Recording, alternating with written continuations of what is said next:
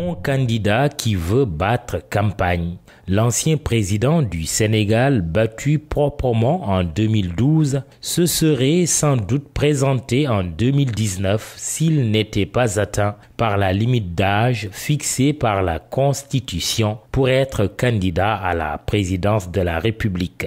Une limitation à 75 ans alors que lui en a officiellement 93.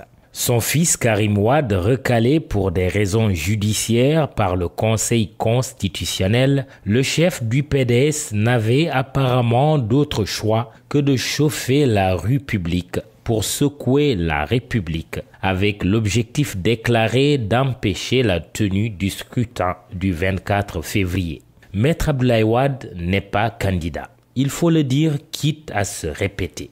Il n'a donc pas droit à un temps d'antenne. Plus clairement, il ne peut pas et ne doit pas être traité comme les candidats.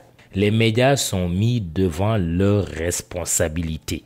Si l'élection présidentielle du 24 prochain a quelque chose d'inédit, c'est aussi l'image d'un homme politique d'un âge avancé venu de Versailles qui tient vaille que vaille à battre campagne dans une élection à laquelle il n'est pas candidat. Cela peut étonner les non-initiés, mais pas les habitués des méthodes éprouvées du pape du Sopi. Wade père se bat pour Wade fils.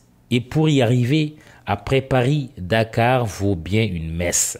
La stratégie se laisse deviner aisément. Mobiliser, beaucoup mobiliser, en choisissant un itinéraire qui n'a rien d'un hasard. Passer par Diamniadio, Bargny, Pikine, Parcelles Assainies, Grand Yoff, Liberté 6, Sacré-Cœur, Mermoz et la permanence du PDS située sur la VDN, ce n'est sûrement pas le chemin le plus court pour rejoindre son domicile à Fann Résidence, devenu son nouveau lieu de résidence après sa fâcherie contre son logeur Madi Kenya.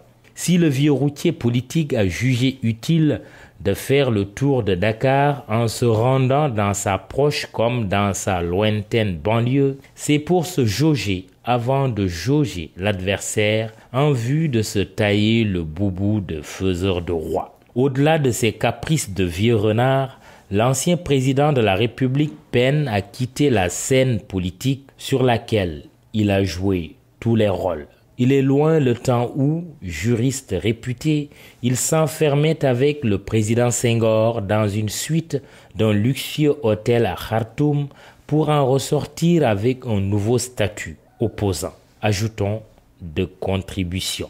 C'était en 1974. Depuis, il a connu les fortunes et les infortunes, les privations, les embastillements, les balcons et les néons. Député, ministre d'État, plénipotentiaire de chef d'État, puis chef de l'État lui-même. Couronnement d'une carrière remplie, que lui restait-il alors pour vivre heureux? Très certainement prendre du recul, jouir d'une détente féconde pour rédiger ses mémoires et servir à la jeunesse africaine l'exemplarité de son combat en sillonnant les capitales ou en fréquentant les amphithéâtres des universités. Il pourrait même retrouver ses accents de pédagogue afin de remplir une mission de sage correspondant à l'âge de ses artères. Visiblement, il ne s'est pas inscrit dans cette perspective. La scène surréaliste qu'il a servie l'autre soir à Versailles, emmitouflé dans un boubou sous les lambris dorés d'un décor parisien, le voilà qui parlait à un peuple qui venait à son tour d'entériner la décision du Conseil constitutionnel ne validant que 5 candidatures. Wade fils semble peiner à entrer en scène. Wade père a visiblement choisi de différer sa sortie.